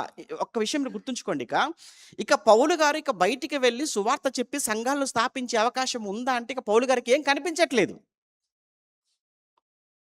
ఇక సువార్తకు వెళ్ళే పరిస్థితి కనిపించట్లేదు పౌలు గారికి. ఇంకేం వెళతాడు ఆయన? ఖైదీ అయిపోయాడు. బయటికెళ్ళే మార్గం కనిపించటం లేదు. నేను రోమాకి వెళ్ళే అవకాశం నాకు కనిపించటం లేదు. అని ఎన్నో ఆలోచనలతో ఇప్పుడు ఆ 4 గోడల మధ్య చీకటి గదిలో పౌలు గారు ఆలోచిస్తూ నిద్ర పట్టకుండగా నిజంగా చెప్పాలి అనంటే మనసంతా కూడా ఒక కకావికలం అయిపోతుంది పౌలు గారిది 4 గోడల మధ్య. అప్పుడు రాత్రి చూద్దాం. ఆ రాత్రి ప్రభువు అతని యొద్ద నిలుచుండి. ఇది ప్రభువు అతను మారిన తర్వాత ఎన్నో మారు ప్రభువు అతనికి కనిపించటం గుర్తు చేసుకోండి. ఎన్నోసార్లు ప్రభువు అతనికి ధైర్యం చెప్తున్నాడు. మొదటిసారి ఎప్పుడు చెప్పాడు? మనం నిన్న మాట్లాడుకున్నట్లు మొదటిసారి ఎప్పుడయ్యా అంటే యెరూషలేముకి ఆయన మారిన తర్వాత దమస్కు నుంచి అరేబియాకెళ్ళి, అరేబియా నుంచి దమస్కుకొచ్చి, దమస్కు నుంచి యెరూషలేముకెళితే యెరూషలేములో అప్పుడు కుట్ర చేస్తున్నారు అన్న అప్పుడు పౌలు గారు అంటారు కదా! నేను యెరూషలేముకెళ్ళాను. యెరూషలేముకెళ్ళి ప్రార్థన చేస్తుంటే ప్రభువు పరవశుడనై ఆ పరవశుడైన సమయంలో ప్రభువు నాకు ప్రత్యక్షమై ఇక్కడ కుట్ర జరుగుతుంది. ఇక్కడ వద్దు అని చెప్పగానే అక్కడి నుంచి ఆయన వెళ్ళిపోయాడని చెప్పి మనం చదువుకుంటాం గదా! అది మొదటిది. ఇక రెండవది మనం కొరింథీలో ఉన్నప్పుడు పౌలు గారు 19వ అధ్యాయంలో మనం చదువుకుంటాం. 19వ అధ్యాయంలో పౌలు గారు కొరింథీలో కూడా చాలా వ్యతిరేకత పౌలు గారికొచ్చింది. ఇక పౌలు గారు కొరింథీలో ఉన్నప్పుడు ఎప్పుడైతే వ్యతిరేకత వచ్చిందో 19వ అధ్యాయంలో పౌలు గారు వదిలేసి వెళ్ళిపోదాం అనుకున్నాడు. కొరింథీ పట్టణాన్ని వదిలేసి వెళ్ళిపోదాం అనుకున్నాడు. ఇంక ఈ పట్టణంలో వద్దు ఇంకా నేను వెళ్ళిపోతాను అనుకున్నాడు. అప్పుడు అదే రాత్రి ప్రభువు మళ్ళా ప్రత్యక్షమవుతాడు పౌలు గారు. ప్రత్యక్షమే ప్రభువు అంటాడు, "ఈ పట్టణంలో నాకు చాలా జనమున్నారు. పౌలు నువ్వేమి వరి అవ్వకు. ఈ పట్టణంలో నాకు చాలా జనమున్నారు గనుక నువ్వు భయపడక నువ్వు ఇక్కడే ఉండు వాక్యం చెప్పు." ఇంక ప్రభు ఆ మాట అన్న తర్వాతనండి ఇంకెవడైతే ఏం చేయగలడు చెప్పండి? ప్రభు ఆ మాట అన్న తర్వాత పౌలు గారు అక్కడే ధైర్యంగా నిలబడ్డారు. 1 ½ ఇయర్ సేవ చేసారు కొరింథీలో. అయిపోయింది. సేమ్ మరలా ఇప్పుడు ఇక్కడ. మరలా ఇక్కడ మనం చదువుకుంటున్నాం. ఏమన్నాడు? ధైర్యంగా ఉండు. ఆ రాత్రి ప్రభు అతని దగ్గర నిలుచుండి ధైర్యంగా ఉండుము. యెరూషలేములో నన్ను గూర్చి నువ్వు ఎలాగు సాక్ష్యం ఇచ్చితివో నిన్న 22వ అధ్యాయంలో నువ్వు ఎలా సాక్ష్యం ఇచ్చావు? అందరి ముందు మెట్ల మీద నిలబడి చాలా బలంగా చెప్పావు కదా! 22వ అధ్యాయంలో ఎలా అయితే నాకు సాక్ష్యం ఇచ్చితివో అలాగున రోమాలో కూడా సాక్ష్యం ఇయ్యవలసి ఉన్నది. అదండి. ఆ మాట అనగానే పౌలు గారికి మరలా ఎంత ఏమంటారంటే ఎంత శక్తి వచ్చిండు. ఎందుకంటే ఆయన కోరిక ఎక్కడికెళ్ళాలని రోమాకు. మీరు 19వ అధ్యాయం చూస్తారు ఒకసారి. ఆయన కోరిక ఏంటి? అసలు యెరూషలేముకి రావడానికి ముందు ఆయన ఏమనుకొని బయలుదేరాడు? 19వ అధ్యాయం ఇదే పత్రిక అపోస్తల కార్యంలో 19:21 ఇలాగు జరిగిన తర్వాత పౌలు మాసిదోనియా నుండి అకయ దేశముల మార్గమున వచ్చి యెరూషలేమునకు వెళ్ళాలని మనసులో ఉద్దేశించి నేను అక్కడికి వెళ్ళిన తర్వాత యెరూషలేముకి వెళ్ళిన తర్వాత రోమా కూడా చూడవలెను అని అనుకొనెను. అది అంటే యెరూషలేముకి వెళ్ళిన తర్వాత పౌలు అక్కడి నుంచి ఎక్కడికి వెళ్ళాలనుకుంటున్నాడు? రోమాకి వెళ్ళాలనుకున్నాడు. కానీ ఇప్పుడు ఇక్కడ పరిస్థితి చూస్తుంటే ఇవన్నీ జరుగుతున్న పరిణామాలన్నీ బట్టి చూస్తుంటే వెళ్ళగలనా లేదా అనేటువంటి ఒక సందిగ్ధంలో పడిపోయాడు ఆయన. కానీ ప్రభు అతని పక్కన నిలబడి ధైర్యంగా ఉండు అని చెప్తూ నువ్వు రోమాలో కూడా నా కోసం మాట్లాడాలని అనగానే పౌలు గారికి చాలా హ్యాపీ అయిపోయాడు ఆయన. 12వ వచనం చదువుదాం. ఉదయమైనప్పుడు యూదులు కట్టుకట్టి అంటే ఏదో బ్యాండేజ్ అది కాదు అక్కడ. వాళ్ళది ఒక్కటై దాని అర్థం ఏంటంటే ఒక్కటైపోయానమాట. తాము పౌలును చంపు వరకు అన్నపానములు పుచ్చుకొనమని ఒట్టు పెట్టుకుంటా. ఇది ఒక రకమైన పట్టుదల చూసారా? కొంతమంది చూడండి ఏంటంటే అన్నపానాలు తిండి మానేస్తున్నారట. దేనికోసము అనంటే పౌలనే వ్యక్తిని చంపేంత వరకు మేము అన్నం ముట్టుకోం. ఏ మంచినీళ్ళు కూడా తాగం. కొంతమందండి నిజంగా చెప్తున్నాను కదా! చాలా పట్టుదలతో ఉంటారు. ఇదిగో వాడిని ఎలానైనా సరే పడేయాలి. వాడిని ఎలానైనా సరే చెడు చేసేయాలి. వాడిని ఎలానైనా సరే పడగొట్టాలి. అప్పటి వరకు ఇదిగో నా పేరు కాదు. ఇగో ఈ పేరు మార్చేసుకుంటా. ఈ పేరు తీసేసుకుంటా. గుండు గీయించేసుకుంటా. మీసాలు సగం చాలా పిచ్చి పిచ్చి మాటలు మాట్లాడుతుంటారు. సమాజంలో మనం చూస్తుంటాం కదా! ఒకటే ఏదైనా ఆయన అనుగ్రహం ఉండాలి దేవుడు. ఎంతమంది శత్రువులు నీ చుట్టూ చేరినా ఆయన నీ పక్కనుంటే ఎవ్వడు నిన్నేమీ చేయలేడు. యెహోవాకు విరోధమైన ఏ ఆలోచన అయినను నిలువదు అని అంటాడు ఆయన. సామెతలు 21:30 లాస్ట్‌లో. యెహోవాకు దేవునికి విరోధమైనటువంటి ఏ ఆలోచన కూడా అది ఎంత మాత్రం కూడా నిలబడదు. ఎంతమంది నిన్ను పడగొట్టాలన్నా, ఎంతమంది నిన్ను అణిచివేయాలనుకున్నా, ఎంతమంది నీ కోసం చెడు, తప్పు మాట్లాడి నీకు జీవితం లేకుండా చేయాలని అనుకున్నా ఆయన సెలవు ఉండాలి. ఆయనకు విరోధంగా నువ్వు ఎంత చేసినా, ఎంత లేచినా నువ్వేం చేయలేవు. ఇక్కడ చూడండి ఎంత ఎంత కుట్ర చేస్తున్నారంటే, ఈ కుట్రలో చేరిన వారట ఎంతమందట? 40 మంది కంటే ఎక్కువ మంది ఉన్నారటండి. ఇందులో 40 కంటే ఎక్కువ ఉన్నారంట. వీళ్ళంతా బహుశా ఎవరై ఉండొచ్చు? ముందు దేవాలయంలో ఈడ్చుకుంటూ వచ్చారు చూసారా కొంతమంది? ఈడ్చుకుంటూ వచ్చేసారు కదా! 21వ అధ్యాయంలో. వాళ్ళై ఉండొచ్చు. ఇప్పుడు 22వ అధ్యాయంలో కొంతమంది దుమ్మెత్తి పోసారని చదువుకున్నాం కదా! 22వ అధ్యాయంలో దుమ్మెత్తి పోసారా? వీడు బతకొడులు చావాలనుకున్నారు చూసారా? 22వ అధ్యాయంలో. బహుశా వీళ్ళలో కొంతమంది. ఇక్కడ మనం చదువుతున్నప్పుడు ఎక్కడ 23వ అధ్యాయంలో ఇక్కడ కూడా సభలో కూడా కొంతమంది ఆయనకి ఏమైపోయారు? వ్యతిరేకమైపోయారు. మొత్తానికి చూస్తుంటే పౌలు గారికి శత్రు సైన్యం పెరిగిపోయింది. శత్రువుల సంఖ్య ఏమైపోతుంది? యెరూషలేములో పౌలు గారికి శత్రువుల సంఖ్య పెరిగిపోయింది. అలా శత్రువుల సంఖ్య పౌలు గారికి పెరిగిపోతున్నప్పుడు ఇక వాళ్ళంతా కూడా ఒకటే నినాదం ఏంటంటే ఈ పౌలు అనేవాడిని చంపాలి అంతే. వారు ప్రధాన యాజకుల ఎద్దుకుని ఈ కుట్రలు చేరిన వాళ్ళు ఎవరైతే ఉన్నారో ప్రధాన యాజకుల ఎద్దుకు పెద్దల ఎద్దుకు వచ్చి మేము పౌలును చంపు వరకు ఏమయో రుచి చూడమని గట్టిగా ఒట్టు పెట్టుకొని ఉన్నాము. ఆయన చంపేంత వరకు మేమేమి ఇంకా తినొద్దు అనుకుంటున్నామండి మేము అని చెప్పారట. వాళ్ళు కూడా ఓకే అనేసారట. కాబట్టి మీరు ఒక పని చేయండి, మీరు మహాసభతో కలిసి అతని గురించి మరి పూర్తిగా విచారించి తెలుసుకొని పోతున్నట్టుగా అతని మీదకు తీసుకొని రమ్మని సహస్రాధిపతితో మనవి చేయండి. అయితే ప్రధాన యాజకులుగా మీరు చెప్తేనే అవుతుంది కాబట్టి వర్కౌట్ అవుతుంది కనుక మీరు ఏం చేయండి అంటే సహస్రాధిపతి కబురు పెట్టండి. ఏంటంటే మళ్ళీ ఒకసారి సభ ఏర్పాటు చేయమనండి. మళ్ళీ ఒకసారి మీటింగ్ ఏర్పాటు చేయమనండి సహస్రాధిపతిని. అప్పుడు ఆ సహస్రాధిపతి ఏం చేస్తుంటాడంటే ఈ పౌలు గారిని మళ్ళీ సభ దగ్గరికి తీసుకుని వస్తాడు. ఎప్పుడైతే అతను సభ ఎద్దుకు తీసుకుని వస్తుంటాడో ఈ కుట్రలో చేరని 40 మంది కంటే ఎక్కువ మంది ఉన్నారు కదా, మేమందరము కూడా ఎక్కడో ఒక చోట మాటుగా ఉండేసి మేము అతని మీద దాడి చేసి అతన్ని మేము చంపేస్తాం. అప్పుడప్పుడు మీరు చూడండి చిన్నప్పుడు సినిమాలలో ఒక హీరోని అరెస్ట్ చేసి జైల్లో పెడితే జైల్లో పెట్టినటువంటి హీరోను విచారణ కోసం ఒక వ్యాన్‌లోనో ఏమంటే బస్సులోనో అతన్ని తీసుకొని వస్తూ ఉంటే అతను కోర్టుకి వెళ్ళకుండా ఉండడం కోసం మధ్యలోనే ఈ విలన్స్ ఏం చేస్తుంటారు? రౌడీలంతా కూడా అటాక్ చేసేసి చంపేద్దామని చూస్తుంటారు మధ్యలోనే. ఎందుకు? అతను కోర్టుల మెట్ల మీదనో కోర్టులోకి వెళ్ళకూడదు. కోర్టులోకి వెళ్ళిపోతే మళ్ళీ వాదోపవాదాలు వినేస్తే ఏమైపోతుంటారంటే ఆడు నేరం చేయలేదని రుజువైపోతుంది. వాడు బయటకు వచ్చి మనం చంపేస్తాడు. కనుక ఆ హీరో వాడు నేరం చేయలేదని కానీ వాడు రిలీజ్ అవ్వటం కానీ జరిగిందనుకో, వాడు బయటకు వచ్చేసిన తర్వాత మనం ఏవైతే తప్పుడు సాక్ష్యాలు తప్పుడు కేసులు పెట్టి లోపల పెట్టే మనందరిని వరుస పెట్టి లెక్క పెట్టుకుని చంపేస్తాడు మనల్ని. అందుకే మనం ఏం చేయాలంటే వాడు కోర్టులోకి వెళ్ళే ముందే మనం ఏం చేయాలి? మనమే ముందుగా వెళ్ళి అతని మీద అటాక్ చేసేయాలి. ఇది ఒకప్పుడు సినిమాలు. సేమ్ ఇక్కడ కూడా ఏంటంటే సభ ఏర్పాటు చేయండి, మీరు కోర్టు ఏర్పాటు చేయండి. ఆ కోర్టుకు పౌలు గారిని తీసుకొని వచ్చేటప్పుడు మధ్యలో మేము జాగ్రత్తగా అందరిలో మేము ఉన్నట్టుగా ఉంటాము. కానీ లోపల మేము కత్తులు పెట్టుకుంటాము. లోపల మేము ఆయుధాలు పెట్టుకుంటాము. మేము వరుసగా అక్కడక్కడ కూర్చుంటాము. ఏం జరుగుతుందో తెలియకుండా మొత్తానికైతే పొడి చేస్తాం, చంపేస్తాం. మనకు కావాల్సింది అది, పౌలు చావాలి. ఇది కుట్ర అన్నమాట. ఇది ఇందులో చేరిన వాళ్ళంతమంది 40 మంది కంటే ఎక్కువ మంది ఉన్నారు. ఇంత జరుగుతుంది చూద్దాం. ఎన్నో వచ్చినవండి? 15. కాబట్టి మీరు మహాసభతో కలిసి అతని గురించి మరి పూర్తిగా విచారించి తెలుసుకొని పోనుంటే అతడు మీ ఎద్దకు తీసుకొని రమ్మని సహస్రాధిపతితో మనవి చేయండి. అతని దగ్గరికి రాకమునిపై మేము అతను చంపటకు సిద్ధపడి ఉన్నామని వాళ్ళు చెప్పేశారు. 16 వచనం. అయితే పౌలు మేనలుడు, ఇక్కడ మేనలుడు కొత్తగా ఇంట్రడ్యూస్ అవుతున్నాడు. యాక్చువల్గా లూకా గారి రైటర్ యొక్క ఉద్దేశ్యం ఏంటంటే మేనల్లుడు అనగానే అసలు మేనల్లుడు ఏంటి? ఇక్కడ ఉండడం ఏంటి అసలు? మేనల్లుడు అంటే పౌలు గారు ఎక్కడ పుట్టాడు అంటే తార్సులో పుట్టాడు. కిలికియాలో తార్సులో పుట్టాడు. తార్సులో పుట్టినప్పుడు మేబీ మేనల్లుడు అనంటే పౌలు గారు అక్క కూతురో, చెల్లి కూతురో అయ్యుండాలి. అక్క కూతురో, చెల్లి కూతురో అంటే ఎక్కడుండాలి ఉంటే? సరే ఒకవేళ యెరూషలేములోనో లేదా పెళ్లి సంబంధం ఏమో యెరూషలేముకి ఇచ్చారేమో తెలీదు గదా! ఒకవేళ మేబీ అయితే అయ్యుండొచ్చేమో.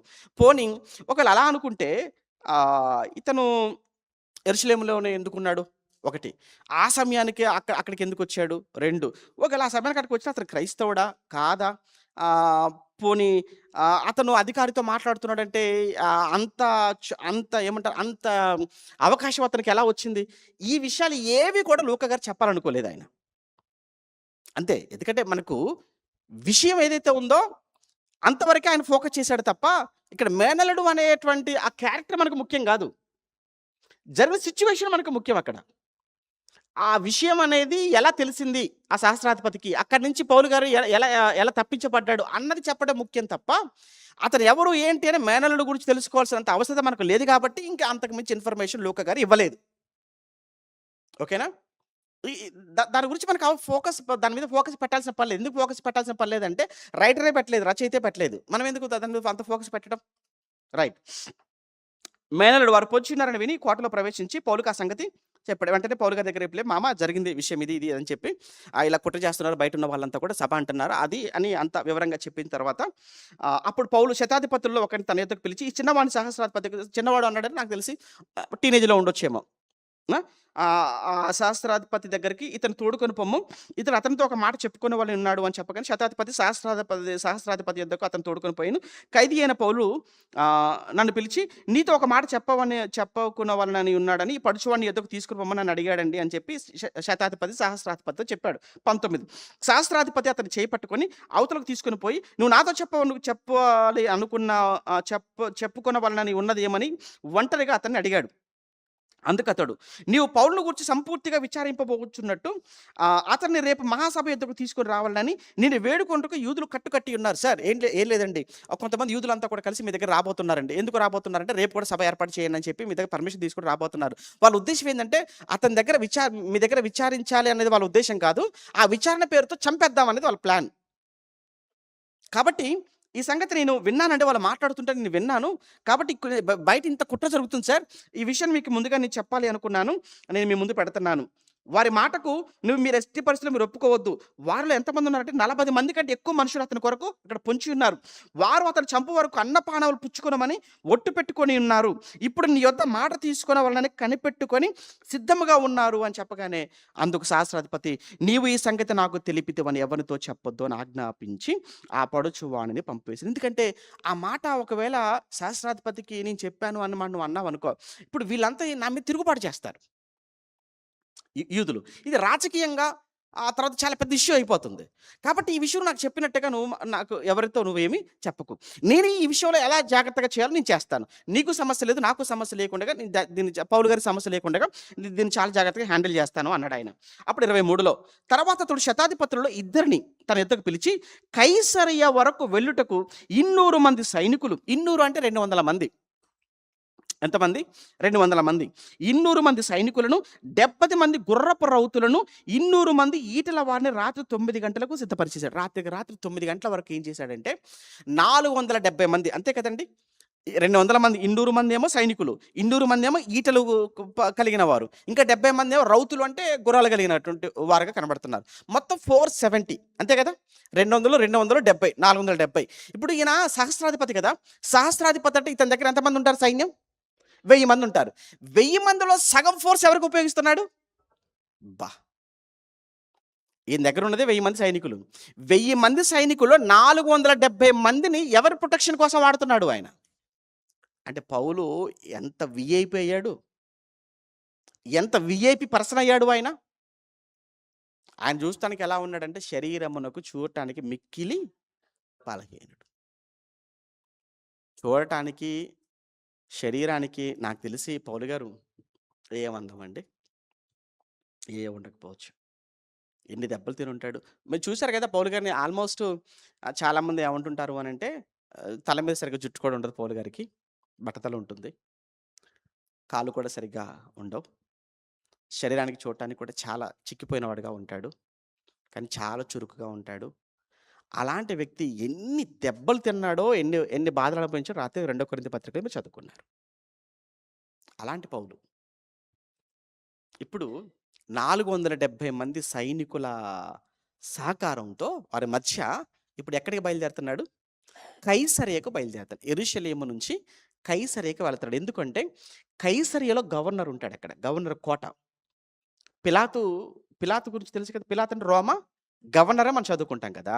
ఈ గవర్నర్ బంగ్లా అనమాట. గవర్నర్ యొక్క నివాస స్థలం ఏంటంటే అక్కడ.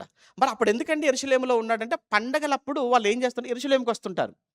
పండగలప్పుడు ఏమైనా గొడవలు జరుగుతాయేమో, అల్లర్లు జరుగుతాయేమో అన్న ఉద్దేశ్యంతో పెంతెకొస్తు పండగకు, పస్కా పండగకు అప్పుడు ప్రపంచవ్యాప్తంగా ఉన్న యూదులందరూ కూడా యెరూషలేములో ఉంటారు గనక లక్షల మంది ఉంటారు కాబట్టి అల్లర్లు, గొడవలు అవుతాయి గనక ఆ ఉద్దేశ్యంతో వీళ్ళు గవర్నర్ అంతా కూడా రాజులందరూ అక్కడ ఉంటారు. ముఖ్యంగా గవర్నర్. మిగతా సమయంలో ఎక్కడుంటాడు అనంటే కైసరియలో ఉంటాడు. ఓకేనా? కైసరియలో స్థావరం బెటాలియన్ కూడా అక్కడ ఉంది. మనం చదువుకున్నాం గదా! ఎవరు ఆయన కొర్నేలి. ఇటలీ పటాలం అనబడిన పటాలంలో కొర్నేలి అనే ఒక భక్తిపరుడు ఉండెను. రోమ 10లో ఉంటుంది కదా! ఎక్కడున్నాడట ఆయన? కైసరియలో. ఎందుకు? కైసరియలో పెద్ద బెటాలియన్ ఉంది. ప్లస్ అక్కడ రోమా గవర్నర్ కూడా అక్కడే ఉంటాడు. కానీ కంప్లీట్‌గా రోమాకు అదొక మెయిన్ సిటీ అయిపోయిందది. మిలిటరీ పరంగా. అక్కడికి పంపితే ఇప్పుడు ఈ వ్యతిరేకత ఉండదు, ఈ గొడవలుండవు, ఈ తిరుగుబాటు ఉండదు, ఇదంతా ఉండదు గదా! అని పౌలు గారిని అక్కడి నుంచి ఆయన తప్పిస్తున్నాడు అక్కడికి. కైసరియకి పంపిస్తున్నాడనమాట. అక్కడ ఆయన అండర్‌లో పెట్టుకోవడానికి, గవర్నర్ అండర్‌లో పెట్టుకోవడానికి. ఎన్నో వచనం? 24. పౌలుని ఎక్కించి పౌలు చూసారా? పౌలుని ఎక్కించి నాకు తెలిసి ఆ రౌతు మీద ఎక్కించి పౌలు గారిని గుర్రపు రౌతు మీద గుర్రం మీద ఎక్కించేశారు పౌలు గారిని. అలా పౌలు గారిని గుర్రపు రౌతు మీద ఎక్కించి అధిపతి అయిన ఫేలిక్స్ వద్దకు భద్రముగా తీసుకొని పోవటకు గుర్రములు సిద్ధపరచడం చెప్పాను అన్నాడు. గుర్రముల మీద తీసుకొని వెళ్ళిపోతున్నాడు. ఫేలిక్స్ అంటే ఎవరంటే గవర్నర్ అనమాట. ఆ రోజుకి ఆయన గవర్నర్‌గా ఉన్నాడు ఆయన. ఓకేనా? మరి ఈ ప్రకారంగా ఒక పత్రిక కూడా రాశాడు. ఎవరు? సహస్రాధిపతి. ఇప్పుడు ఇతను ఎవరు? ఏంటి? ఎందుకింత బందోబస్తు, ఎందుకింత పటిష్టంగా పంపిస్తున్నాడో మరి రాయాలి కదా! ఉత్తరం రాయాలి కదా! ఇతని గురించి పౌలు గారి గురించినటువంటి కేస్ స్టడీ అంతా రాసి ఎవరికి పంపించాలి ఇప్పుడు? గవర్నర్‌కి పంపించాలి. కానీ గవర్నర్ గారికి ఏం రాస్తారో లూకా గారు చెప్తున్నారు. మహాఘనత వహించిన పదం చూడండి. మహాఘనత వహించిన అన్నాడు. అపోస్తల కార్యం ప్రారంభం కూడా అలానే ప్రారంభమైనట్టుంది. మహాఘనత వహించిన థెయోఫిలా. లూకా సువార్త ప్రారంభం కూడా అలానే ప్రారంభమై ఉండొచ్చు. ఘనత వహించిన థెయోఫిలా అంటాడు. ఘనత వహించిన. సేమ్ ఇక్కడ మహాఘనత వహించిన అధిపతి అయిన ఫేలిక్స్‌కు క్లౌదియా లూసియా ఇప్పటివరకు సహస్రాధిపతి అన్నాం గాని ఆ సహస్రాధిపతి పేరేంటో ఇక్కడ చెప్పారు. ఏంటంటే సహస్రాధిపతి పేరు? క్లౌదియా లూసియా అన్నాడు. ఆయన పేరు క్లౌదియా లూసియా, క్లాడియస్ లూసియా అన్నాడు. ఓకే. యూదులు ఈ మనిషిని పట్టుకొని చంపబోయినప్పుడు అతడు రోమియుడని నేను విని సైనికులతో వచ్చి అతన్ని తప్పించేశానయ్యా. వారు అతని మీద మోపిన నేరమేమో తెలుసుకొనగోరి నేను వారిని మహాసభ యొద్దకు అతను తీసుకుని వచ్చి తిని వారేమో తమ ధర్మశాస్త్ర వాదములను గూర్చి అతని మీద నేరం మోపిరే గాని మరణమునకైనను బంధకములకైనను తగిన నేరము అతని యందు నాకైతే ఏమీ కనబడలేదు. అంటే రోమా చట్టం ప్రకారంగా ఒక వ్యక్తిని బంధించడానికి కానీ ఒక వ్యక్తిని చంపడానికి కానీ అవసరమైన నేరం అనేది మాత్రం ఇతను ఎక్కడా కనబడలేదు. మరి ఇతను ఎందుకు అంటే ఏదో వాళ్ళ ధర్మశాస్త్రం అంట, ఏదో వాళ్ళ వివాదాలంట. మరి ఆయన అవేమో ఈయనకు తెలియదు కదా, ఈయన రోమిడు కదా, ఈయనకు తెలియదు కదా. కనుక ఆ విషయంలో వీళ్ళంతా ఇలా ఉన్నారు. కానీ యాక్చువల్‌గా ఇతను చూస్తేనేమో రోమ పౌరసత్వం కలిగిన వాడు గనక వాళ్ళ చేతిలో పడకుండా ఇతను తప్పించి నేను మీ దగ్గర పంపుతున్నాను అన్నాడు ఆయన.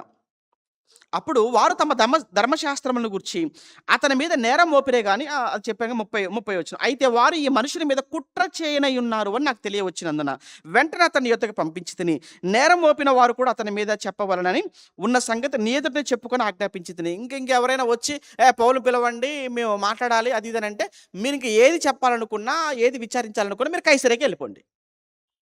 కైసరేలో ఇంకా నాకంటే పెద్ద గవర్నర్ గారు ఉన్నారు. ఆయన దగ్గరికి వెళ్ళి మీరు మాట్లాడుకోండి.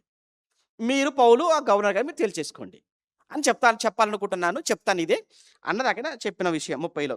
ఇప్పుడు 31 పౌలు రాత్రి వేళ అంతిపత్రికి తీసుకొని పోయిరి. అంతిపత్రి అంటే ఈ రోమాకు యెరూషలేముకు ఈ కైసరియకు మధ్యలో కాస్త దగ్గరగా ఉన్నటువంటి పట్టణ, యూదయ సమరయకు సరిహద్దులో ఉన్నటువంటి ప్రాంతం అంతిపత్రి. అక్కడ వరకు వెళ్ళిన తర్వాత మొత్తానికి ఏంటంటే యెరూషలేం బార్డర్ దాటించాలి. ఎందుకంటే కుట్రంతా ఎక్కడ జరుగుతుంది? యెరూషలేములో కదా! కానీ కొంచెం ఈ ప్రాంతం దాటిస్తే సరిపోతుంది. ఇంత సైన్యంతో పటిష్టమైన ఈ సైన్యంతో అన్న ఉద్దేశ్యంతో అంతిపత్రికి తీసుకొని పోయిరి. మరునాడు వారు అతనితో కూడా నెక్స్ట్ డే తెల్లవారిపోయింది. మరునాడు వారు అతనితో కూడా రౌతులను పంపి తాము కోటకు తిరిగి వచ్చిరి. అంటే అర్థం ఏందంటే 400 మంది సైనికులు బ్యాక్ అయిపోయారు. ఓకేనా? సైనికులు ఈటెలు కలిగిన వారు 400 మంది వెనకొచ్చేసారు. కేవలం ఇప్పుడు పౌలు గారితో ఎవరు వెళ్తున్నారు? రౌతులును అన్నాడు. రౌతులు అంటే అక్కడ పైన ఎన్ని రౌతులు పంపించారు? 70. 70 మంది గుర్రపు రౌతులు కదా! అంటే 400 మంది బ్యాక్ వచ్చేసారిక. ఇప్పుడు 70 మంది రౌతులతో 70 మంది ఏమంటారు గుర్రపు గుర్రం పైన వెళ్ళే సైనికులు ఎవరైతే ఉన్నారో ఆహ్, వారితో పాటు పౌలు గారిని కూడా గుర్రం మీద తీసుకొని, రౌతు మీద తీసుకొని ఆయన కూడా తీసుకొని వెళ్ళిపోతున్నారు. అది 32. వారు కైసరియకు వచ్చి అధిపతికి ఆ పత్రిక అప్పగించి పౌలును కూడా అతని ఎదుట ఇప్పుడు నేను అనుకోవటం జస్ట్ ఇమాజిన్. ఇప్పుడు పౌలు గారు కైసరియకు వస్తున్నాడు. పౌలు గారు కైసరియకి ఎలా వస్తున్నారు? గుర్రం మీద వస్తున్నారు. అదే కదా! గుర్రపు రౌతు మీద వస్తున్నారు. పౌలు గారు కైసరికి గుర్రపు రౌతు మీద వస్తున్నప్పుడు, పౌలు గారి చుట్టూ ఎన్నున్నాయి మొత్తం గుర్రపు రౌతులు?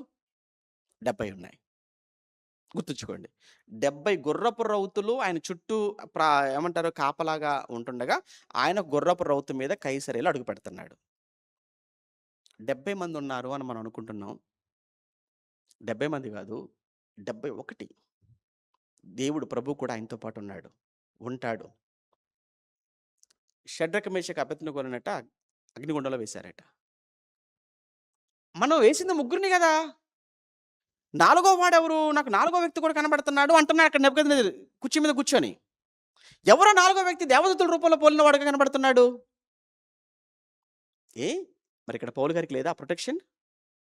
పౌలు గారు చాలా నిశ్చింతగా ఉన్నారు. చాలా ధైర్యంగా ఉన్నారు. ఎందుకనంటే దర్శనంలో ప్రభువే చెప్పాడు కదా! నిలబడిపోయి, పౌలు నువ్వేం వరియవద్దు. యెరూషలేములో నువ్వు ఎలా అయితే సాక్ష్యం ఇచ్చావో రోమాలో కూడా నువ్వు నా కొరకు అలా సాక్ష్యం ఇవ్వవలసి ఉన్నదే అని దేవుడు ఇంకా ఆ మాట చెప్పిన తర్వాత ఇక పౌలు గారికి భయం ఏంటి?